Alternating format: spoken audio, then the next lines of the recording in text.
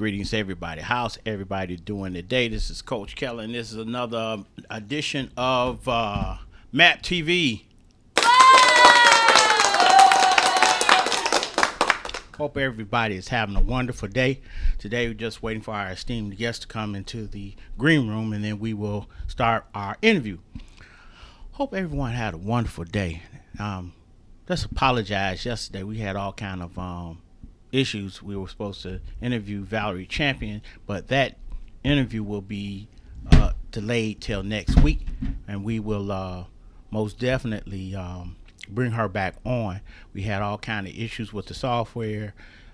We couldn't go live, and we had nothing but problems. However, we are back today, and we hope that we can bless you all with some knowledge, and hopefully our esteemed guest will be on shortly. But anyway, we had a wonderful weekend this weekend. Went to the Ribs Fest in Detroit, Michigan, and it was very, very impressive. I went, met some folk, haven't seen some folk in a while, and one thing that really stood out about the Detroit Rib Fest was that the national competition, the people that go all the time to the ribs places, they were they had the biggest signs, and they had the biggest signage, and they had the biggest letters and all that other stuff. Their signage was just amazing. So it was really nice to see, because it was a testament to what they were doing compared to some of our local restaurants and vendors. The ones that travel, they had these big signs, and they had the longest lines. Their lines were really, really long, and they gave you a lot of food. Yes, the prices were a little higher, but the smells were really, really good coming from those establishments. That was number one. And number two is I just didn't want to try anything for the Rib Fest. I just didn't. I mean, next year probably, but I kind of felt that my stomach wasn't going to be able to take it, so I didn't want to take a chance.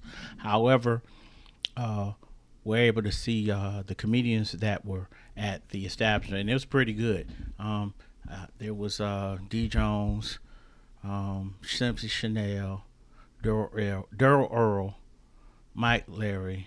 It was hosted by Howie Bell, and there were two other national comedians, but I didn't stay around to see them because it was getting late, and plus I wanted to see a John B set, and it was time to go. Didn't see Stokely. Stokely was the headliner for Sunday night. However, there was a lot to learn, and I paid attention. I said, hold on, why don't they have a card reader? What they were doing was they were having the people go and use the ATM, and then I looked, I said, wait a minute, that's inconvenient for the people come in, but the company that was doing that was charging double the fees that you would pay for an ATM. And I said, okay, the company that put this on, they own the ATM as well as they're the promoter for this event. So I said, okay, I got it. But it makes sense. You know, they made profit at the gate. It was only $10, but they made that $6 and $7 ATM fee for folk that did not have cash on them. So moving forward, our esteemed guest is coming. Let's put her in the green room, please. Okay. Dr. Tachi, hold on. Let me put you in the green room. My friend, can you hear me loud and clear? She can't hear me quite yet, but we're going to bring her on in a moment. But, yeah, it was wonderful to experience that, to see all these kind of ribs and all this other stuff. It was amazing. And the smell was, oh my God, as soon as I got there, I was like, ooh, this is good. But again, this is MAP TV, and this is basically for folk to make a plan and make it happen. Don't give up on life just because you had a couple of hurdles and a couple of situations that didn't go your way. Just get up, make a plan, make it happen. You can do this. You can do this. And the people that have been on the show, we've interviewed doctors, pastors, writers, authors, publishers, okay? And so you take from the stories that you are hearing, and you take the advice that they're giving. You get out there and start doing something. You just don't let life just fall apart. That's the whole premise of MAP TV. Make a plan TV. It's a model that I came up with 10 years ago. Make a plan and make it happen. Make a plan, make it happen, Captain. So get out here and do some things. Stop being depressed, letting your life just fall apart because you think that it's over. It's not. It's not. So it's been fun. It's been great. You know, our esteemed guest is preparing for her debut, and this young lady has really um, impressed me. I met her last year on Clubhouse, and her voice resonates, and she's just, oh my God! Wait till you all hear her start talking. I'm telling you, telling you. We're gonna get into this interview because I can't wait for this one. Dr. Tachi is a media communication professor, writer, producer, journalist, filmmaker, media consultant, dancer, choreographer, artist, and actor. She earned her bachelor's BA in communication from the University of Buffalo in 1996, then moved on to Howard University in Washington, D.C., where she completed a master's and uh, PhD in mass communications.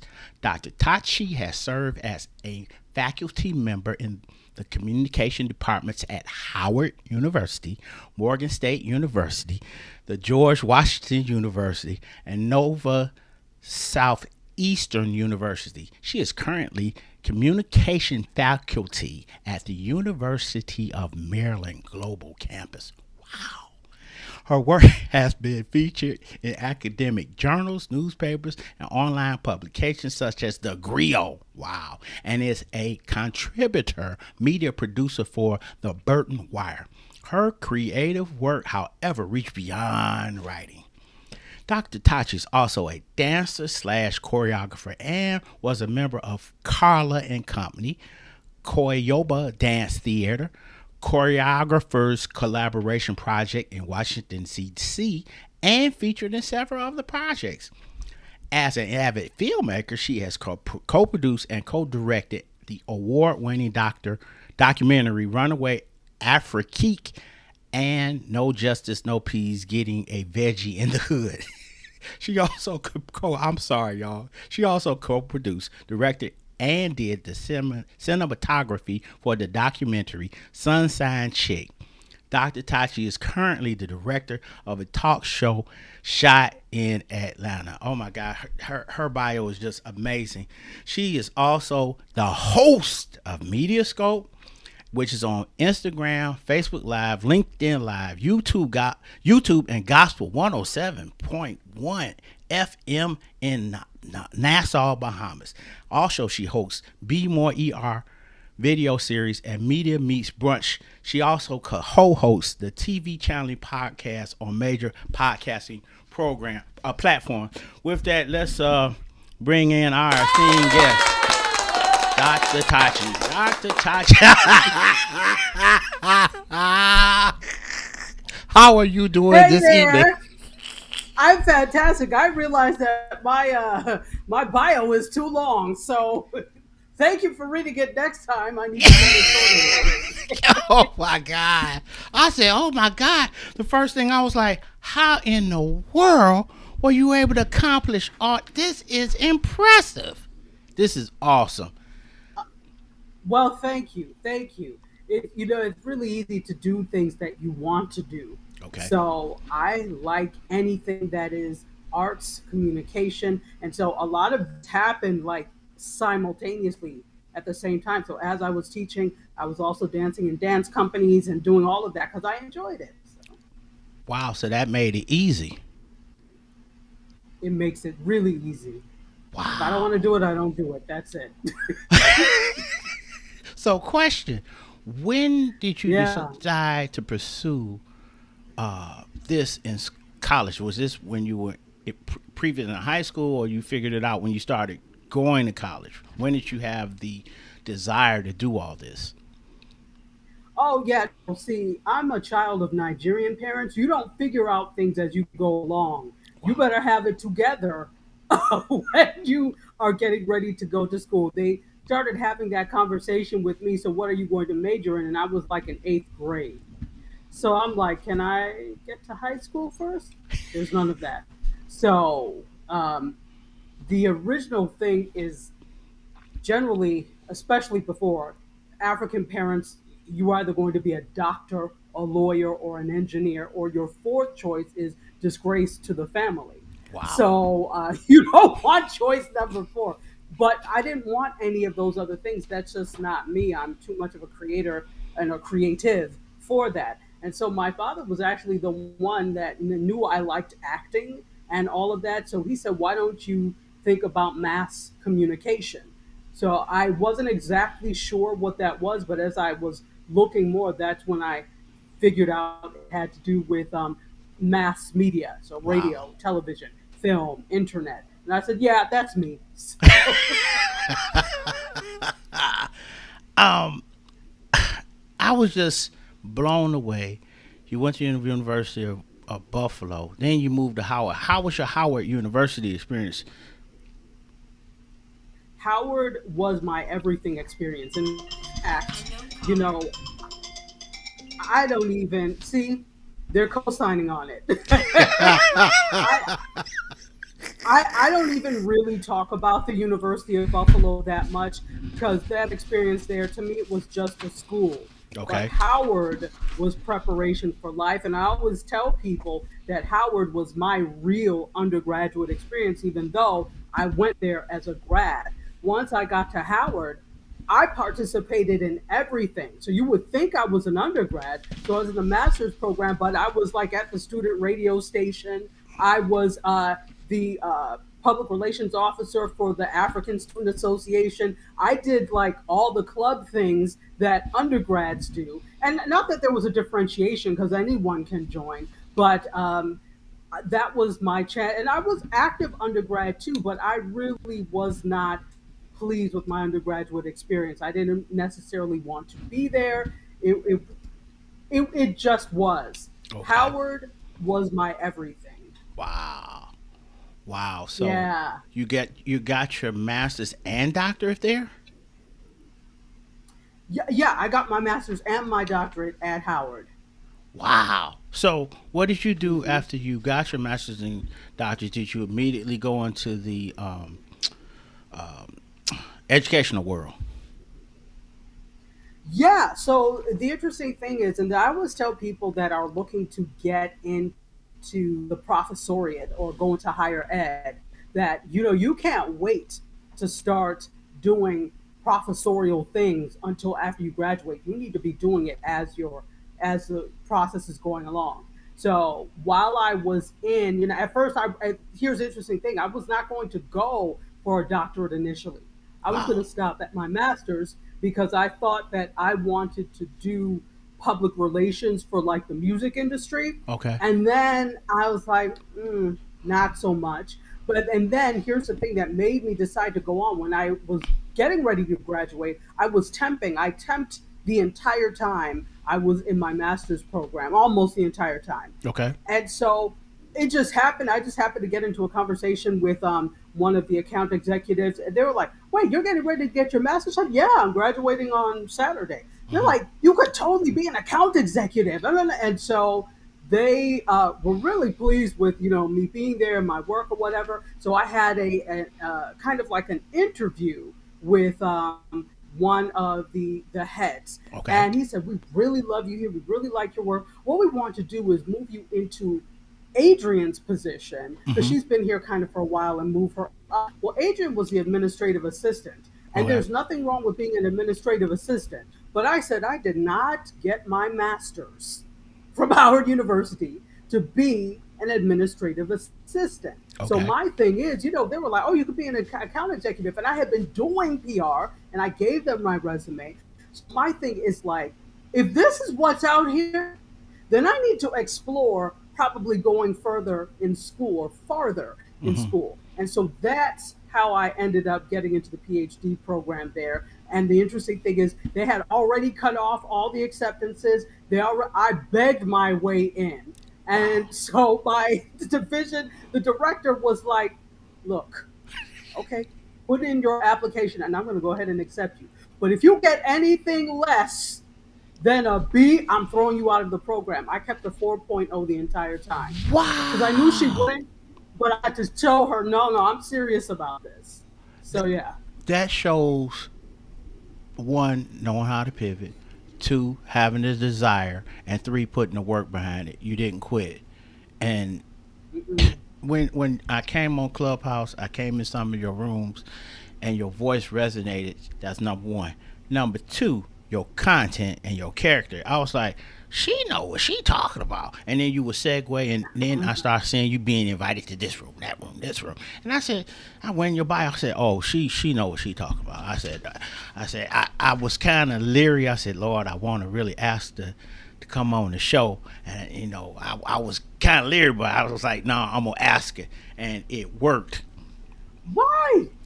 Why were you there? At this point, we've known each other for over a year. And see, sometimes and I like to teach. I like to teach, and even if I go through it, I like to teach, and that's why all my guests that have come on here, they all have various stories, and to see how you have done this in academia, this is amazing. This is amazing. So Oh, well, you thank you. you're welcome, my friend. You've been featured in academic journals and newspapers, and what? How's the work been with the griot? The griot is known all over the world. How has that work been? Yeah, well, I'm no longer with the Griot. I wrote for the Griot very early, and so this is a really interesting story. Okay. Guess who my editor was when I was at the Griot? Oh God, that's a good question. If you're familiar with MSNBC, Joy Reid, Oh she was my yeah. editor when I was at the Griot. Wow. So she asked me to start writing for the Griot because here's the thing: we were both covering.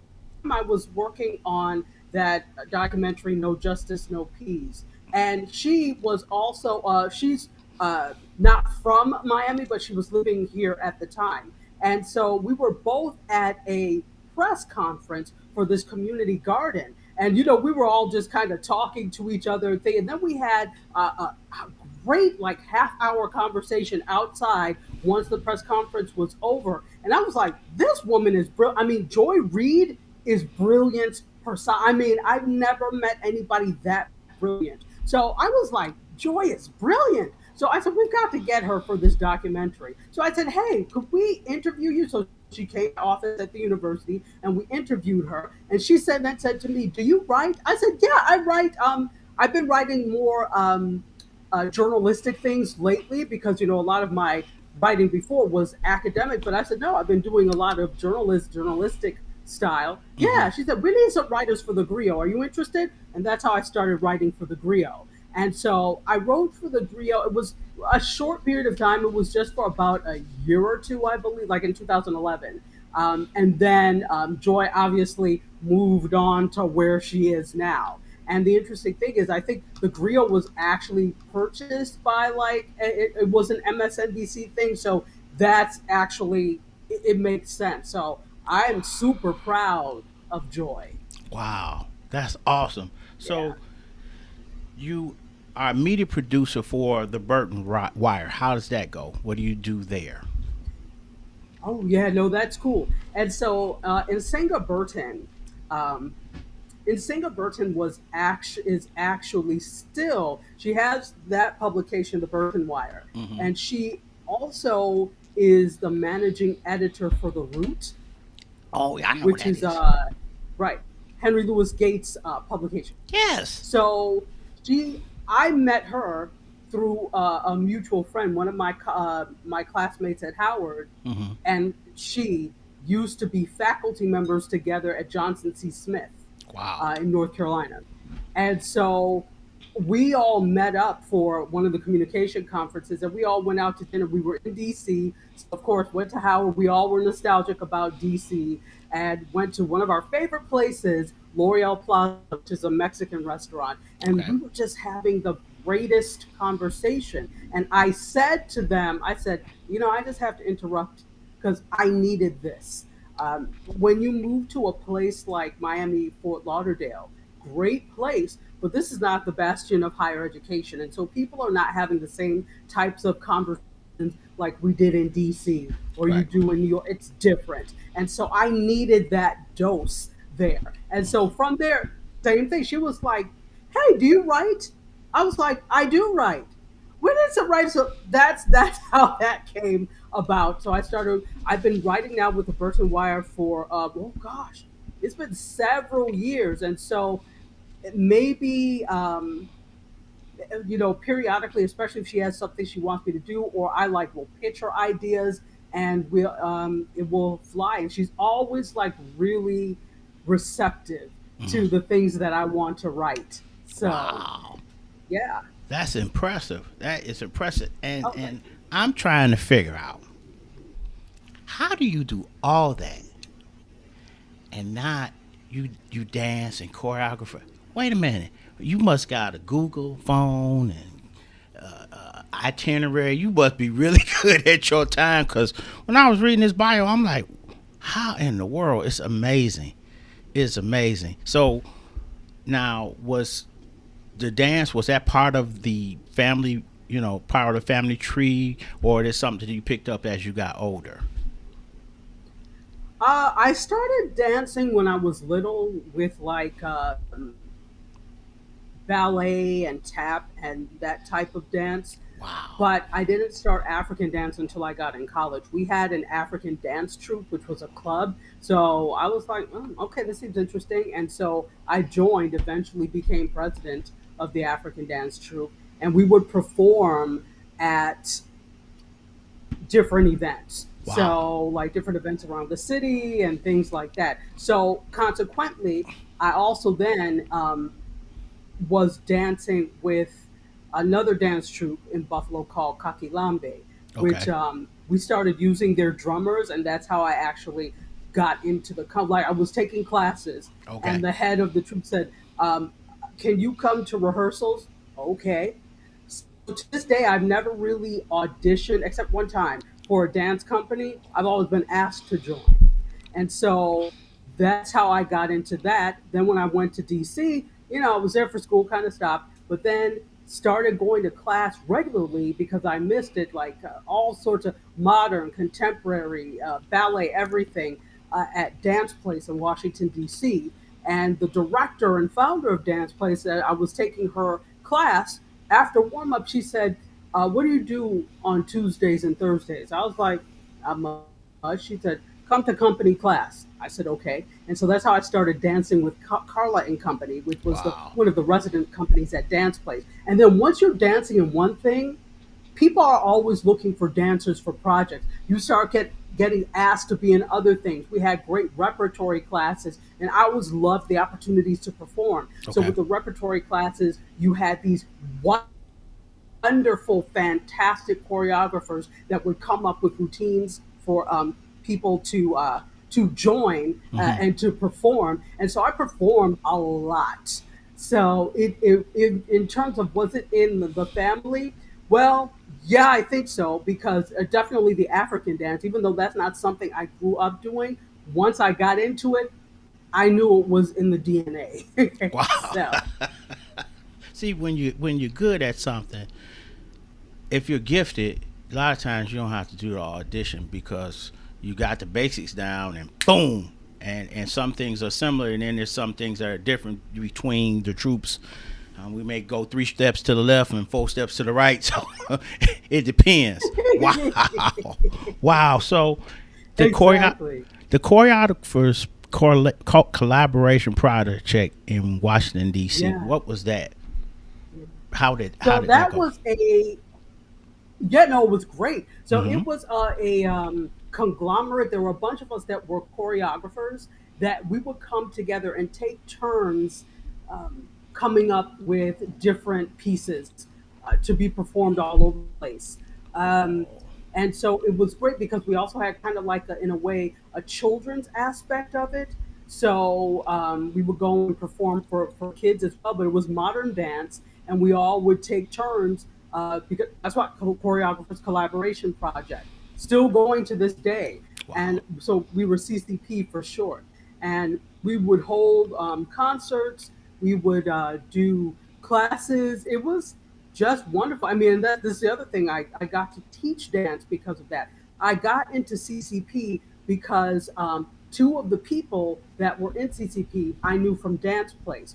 And they Wow. were like, yeah, we're looking for more dancers. Would you be interested? So that's how that happened. And then, from being in companies and things like that, that doesn't always mean that you know how to teach, but Hmm. because I already had the teaching spirit, I started teaching dance classes all over the place for dance plays. I taught for the Washington Ballet Outreach. I taught for a lot Wow. of different, yeah. I knew you would be an amazing guest. That's why I asked. Oh, I knew it. I'm well, like, child. you're an amazing host. I try to. I, I try to make it about the guests and what they're doing. I don't worry about what I got going on. It's about the guests, what they're doing to further what they're doing, and have them come on and they're comfortable. And then I don't. I'm not Jerry Springer. I'm not none of them. I want it to be comfortable. So when they say, "Hey, we went on Coach Keller's Map TV show. We had a good time." Oh, really? And so when they go to other, you see it on the social media, be like, "Oh yeah, he kind of laid back. Oh, let's check him out sometime." So now you got the choreography down. How did you Hmm. segue that into filmmaking? Wow, So I had always done that. really? I started my major in undergrad was communication, but my minor area it was really kind of almost like a double major. So I also had a minor in independent film and video making. Mm. So what I didn't know when I got to the University of Buffalo was that they had that. I was looking for that because that's what I wanted to do, but I didn't know they had it because it was under the Department of Media Study. So I Oh, didn't know they were two separate things. So I got to it around my junior year. I was like, all this time I could have been doing this because the communication part was great. It was hmm, theoretical though, and oh, I wanted practical. right, Most undergraduates do. Most undergraduates are not trying to sit there and major in something that's very theoretical. That's not my thing. right. But it was good because later on it helped me in grad school in terms of the theory because I had a good base of theory. But I got into that undergrad, independent film and video making. And the thing, if you think about it, it hasn't been very long since things switched over to all this digital that we have now. It Right. hasn't been very long at all. So I learned on film, like 16 and 35 millimeter film, actual celluloid. I also learned video. Remember the big video cameras that sat on Oh your shoulder God, and a yes. half-inch tape? That's what I learned on, and that's what we had to edit reel to reel. And then with film, we were actually physically cutting the film, taping it together, splicing it together, and you send it to be developed so that one reel. It yeah, interesting. And now it's so easy, and it's just what is your preference? Is it Final Cut Pro? Is it Adobe Premiere Maker? Is it Movie Right, Maker? and all of this was prior to Right, Final Cut and Adobe Premiere. I right, hadn't learned all of that until like the early 2000s. right.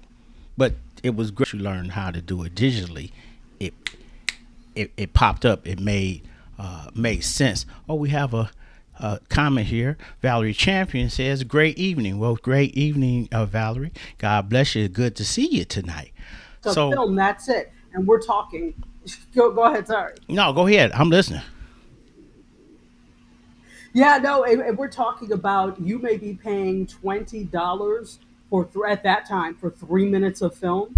So imagine if you're trying to make a feature or even a significant short, and you're not saying, okay, I'm making a 3 minute film, I'm going to buy 3 minutes of film, because it's inevitable that you're going to have to do several takes. And so what you end up doing is you buy, okay, $40 is 6 minutes of film.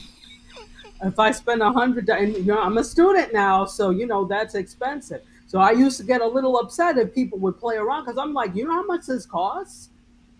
Let's try and get it together, people. So, when people are really, it's an expensive craft when you're doing it that way. Right. Um, so it's been it when everything switched over to what we call now nonlinear, because that was linear.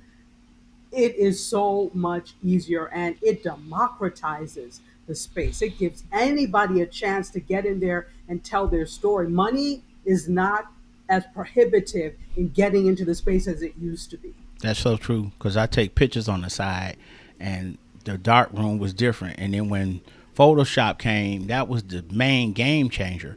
But the next game changer was Lightroom because it made it easier for photographers.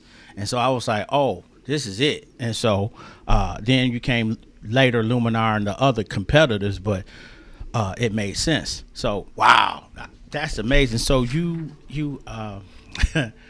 had a documentary, Runaway Afrique and No Justice. Yes. How did am I pronouncing it right? Runway Afrique, yes, Oh, yes. So no justice. Let me just say this: we did not finish that. We ended up not finishing that. Um, and it's been several years now. I don't know that we are, but the amount of finishing funds that we would have needed would have been a lot. So that's why we said, you know what, let's do something first that we mm-hmm. can possibly use to raise money to finish the second one. And that's how Runway Afrique came along. And what it was a documentary about the first ever Africa Fashion Week that happened in New York City in 2010. And Oh so, yeah, okay, okay, I yeah, remember that. you know about Yes, it. yes. So it Oh, happened in 2010, and I was like, wow, because I think I'm also a designer and I have a T-shirt line, so we were going up there to vend anyway. So I was like, this is actually amazing. I would like to cover this and mm, maybe turn it into something to document this. So I called the the founder, Adia Disu, and asked her, would it be okay if I documented this?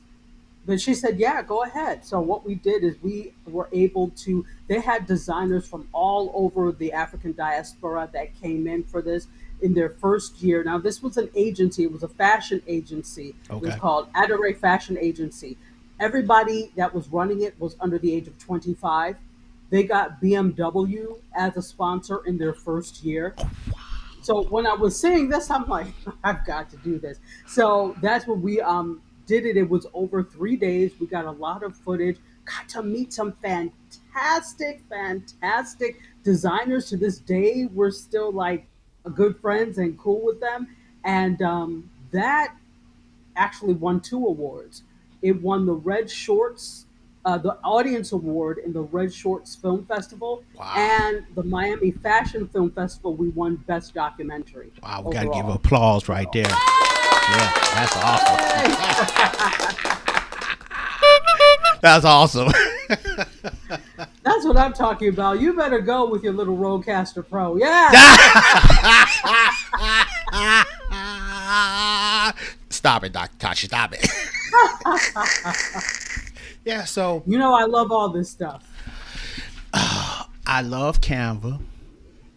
I love Ecamm. Rodecaster Pro is a game changer.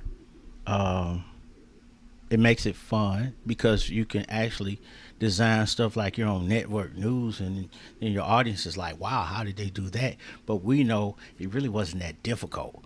Okay, but it's fun. It's fun. And so, yeah, that's amazing. So you did this show. No, I got to ask you about this because this title cracked me up. No justice, no peace. PEAS, getting a veggie in the hood. Please explain that title.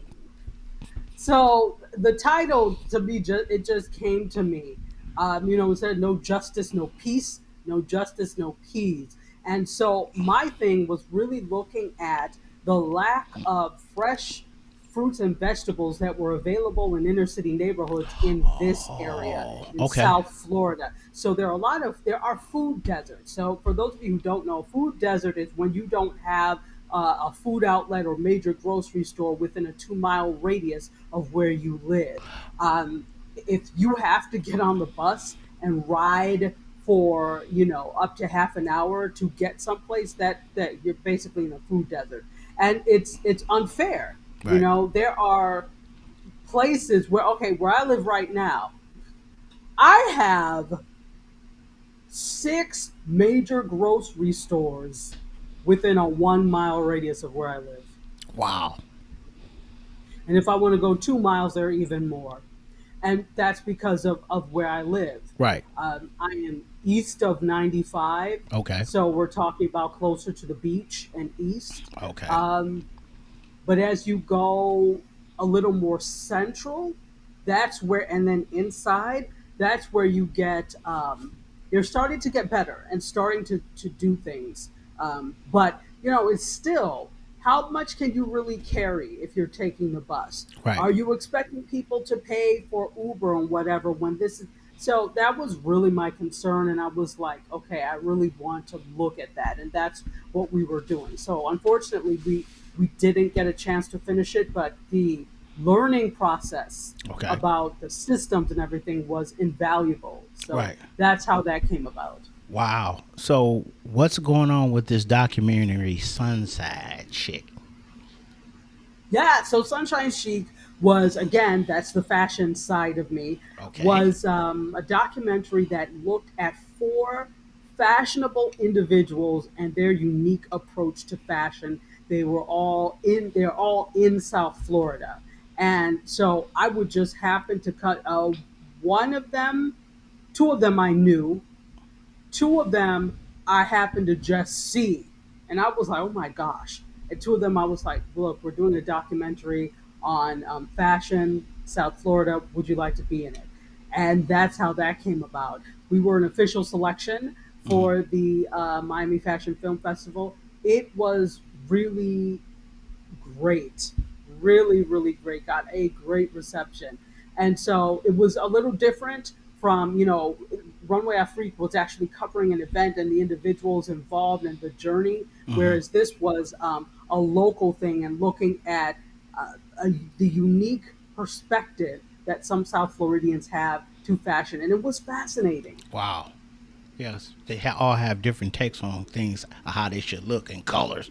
And plus, you're in the era where it's a lot of color and gradients and different vibes, and you have the Cuban connection there. So, oh yeah, that's a big Yeah. melting pot.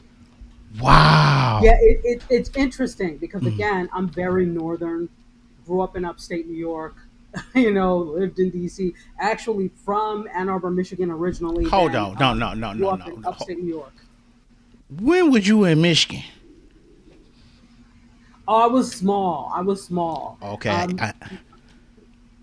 because I'm I'm Yeah, I I'm was. I'm Michigander. That's why I'm like, wait a minute, you was here in the cold.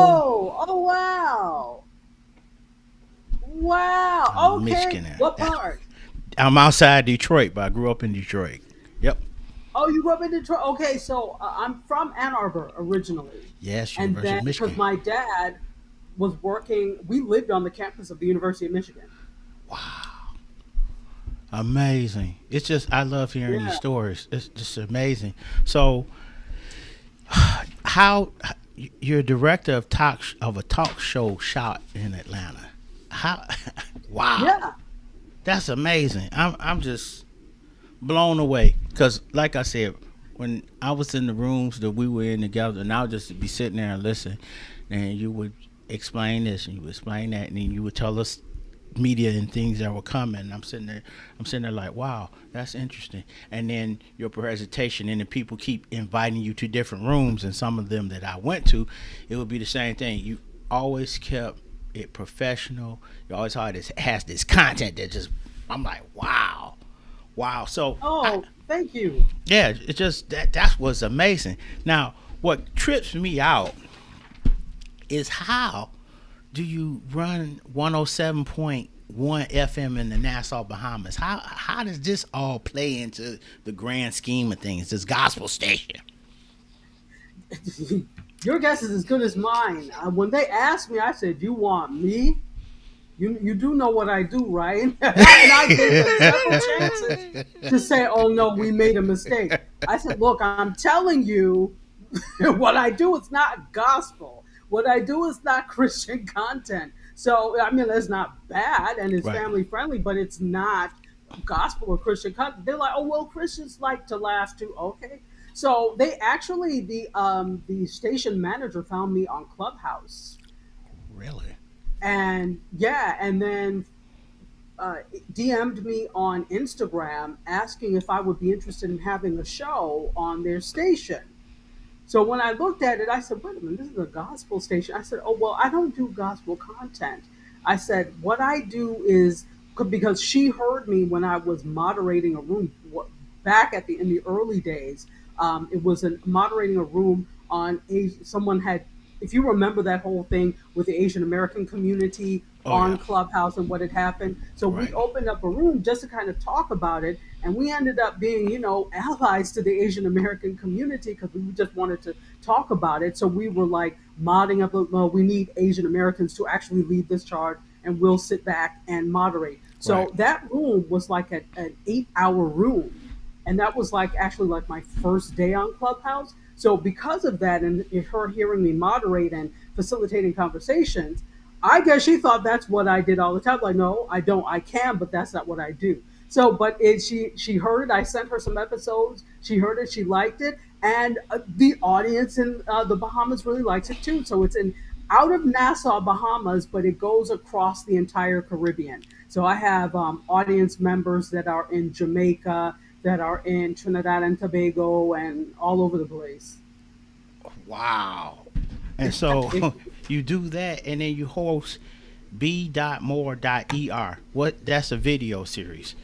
Is that on YouTube? Yeah, Really? on YouTube, on Instagram, you can find out. So that is where I am teaching people to be more like smarter, better, just Oh. more than Okay. with their video and live stream. And my thing is, this came about because in the pandemic, I said on MediaScope, my show, live stream show one day, there is no earthly reason you should come out of the pandemic a worse person than you went in. True. You better be wiser, smarter, wealthy. Damn it, just be more. And that's where that came from. So that's how that saying came about. There's nothing wrong with that. At least you're being real. Oh my God! That just cracked me up when I read that. So, what is the Media Meets Brunch? When do you do that? So Media Meets Brunch, I actually started in January. So Media Meets Brunch is a live stream series that is like right now. I did it specifically for Instagram because I know I have a very specific audience on Instagram. Okay. So we once a month we talk about media related topics over brunch. It's so much fun. So we actually like bring our brunch. It's a BYOB, bring your own brunch. And because I love brunch so much, that's why I decided to start it. Because I always knew that I wanted to have conversations over a meal. So Mm-hmm. I'm like media meets brunch. So our first one was, if you remember the show, Issa Rae show Insecure, Oh yeah. was getting ready to end. And people felt, as people like to say, some type of way about it. They were really, quote, in their feelings about Insecure ending. So, and I saw so many comments on social media about it. So I said, all right, that's our first topic. So I had three guests on. We had brunch and we talked about Insecure. So I basically, it's like interview slash conversation. And it could be one person, it could be three people. And I'm excited because the next one, which is coming up at the end of this month, is Mm-hmm. going to be in the metaverse. So I'm really excited about that.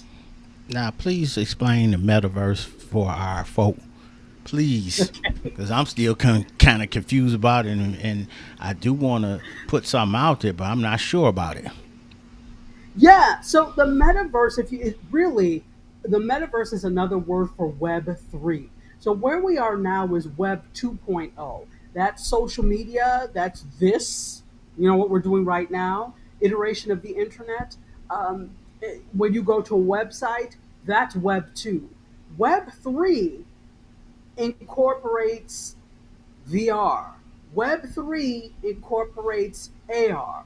Web3 technically is should also be decentralized, meaning there's no one organization who runs things. It's decentralized. So the internet, as we know right now, is centralized. There are several people who have a stake and are running it. Web3, the way it is intended to be, is a world outside of this world that is decentralized, that uses NFTs, right? And uses crypto as the form of exchange in there. You can basically be who you want there. Regardless of what you look like, who you are, you can form your own avatar in there, which is why it's so attractive to people. Now, I will say that people coming into Web3, it is not a utopia because there's some of the same idiots that exist in Web2 and in the real world. So you'd have to have a perfection in one world for that to exist in another. But there's so much promise there because it offers a lot of promise for businesses. People, you can actually buy land in there and build in there, build out spaces. So that I hope that's a good conceptualization of what the metaverse is. Okay. Okay, because I was not sure myself. That's why I asked. So well, let me tell you, the way we're going to do Media Meets Brunch is there are several different metaverse spaces. So there are ones that are really popular. You may have heard these terms before. Voxels, formerly crypto voxels. Decentraland is one. The Sandbox is another one. Sandbox is really about very much about gamification. Then there's one that Microsoft runs called AltSpace VR. And the cool thing about AltSpace VR is that you don't have to have a VR headset to experience it. You could use your Mac, you could use your PC, and come in. So we're actually going to be using AltSpace VR for people to come in and experience the whole thing. That is the next that is the next frontier of entertainment, of business, and we have to get on board. Okay, well, I'm gonna jump on board. I gotta see what you're doing first, so I can so I can understand it. So, last question: where can our viewers find you? You're on Facebook. You're on 107.1. You're on YouTube. You're on Twitter. You're on Mhm. Instagram. You're on LinkedIn at as Dr. Tachi. We put that on Mhm. the screen when you see the video playback. You'll see it, what it looks like. Okay. And I think Okay. that I mean, I was like, no, we got to ask Dr. Tachi because folk needed to know about the metaverse. Then folk needed to hear about your story and then see that they can get out here and do something instead of sitting on the sidelines like, oh, I can't do it. No, Dr. Tachi. This has been amazing. I'm so glad you decide to come on your little brother's Map TV. Appreciate it. Well, thank you. Thank you for having me. I so respect you. I Thank you. adore you. I love what you do. So thank you for having me on and giving me a platform to say what I had to say. I truly appreciate it because I was like, we got everyone we've had has been a heavy hitter, and I was like, okay, let's do something different so we can show different avenue: education, dance, producer, choreographer. It's this is amazing, and gospel show host. That was funny. That story you said about that was funny. Okay, now remember, I'm not a gospel show host. I'm on a gospel station. So, Okay, clean it up. Clean it up. just saying, if Yes, you see ma'am. me out here, they'll say, "Aren't you host a gospel show?" No, Nope. ma'am or sir. I am on a gospel station. Two different Right. things. Let's clean it up. Right. Yes. So, what rooms do you host on Clubhouse? What rooms are you on? So, in case our viewers want to follow you over at Clubhouse. Yeah. So we're actually on hiatus now. Okay. I don't host. So let me tell you about the room that I'm in on Tuesday and Thursday, which is called Feed Your Dreams Breakfast with Dryer Buzz, and we have a lot of things that we talk about. So it is on Tuesdays, excuse me, we basically talk about trailblazing and we check in with each other where you are in terms of your trailblazing. And then Thursday is Think Tank Thursday, which could be a number of different things. It's from 7:55 a no, sorry, 8:05 a.m. to 9 a.m. So it's quick, 1 hour, and then we're out. But we have fantastic conversations and then fantastic replays. And also, I host them because I'm the you talked about the podcast that I have with my co-host Kevin Williams. We do a room um, on Tuesdays at 12 noon Eastern. No, sorry, 1 p.m. Eastern, called oh God, why can't I remember the name of it That's all right. now? That's all right, doctor. Um, it's Pop Unfiltered. So it's all the latest in pop culture headlines, and so we talk about everything with a bunch of comedians on stage. So it's underneath Club Laugh Track, and like I said, we're on hiatus right now for the summer. We'll probably be back in September at some point. But yeah, that's what I do. That they can find me on Clubhouse. I'm Dr. Tachi on Clubhouse as well. Yes, I've been in that MediaScope room when you had it, and boy, I'll be over there listening to it, cracking up, cause your compadres, y'all, when y'all have a subject and y'all start cutting up, it's funny. So that's a very Yeah, great show. it's a lot of fun. Who doesn't want to be on stage with comedians? Right, right. So we really appreciate you and thank God that you were able to come on MAP TV and to share your Thank you. story. And I really, truly appreciate it. So hold on, Tachi, because I got to talk to you in the green room. So Okay. if you all enjoyed this interview as I did, please type yes in the comments. And again, this is Coach Keller. I want to thank you all for watching. We had the distinguished guest, Dr. Tachi. You all heard her story. So, like I said, and like she said, get out here and make a plan, make it happen, and things will work out for you. So, again, thank you all for tuning in, and God bless you.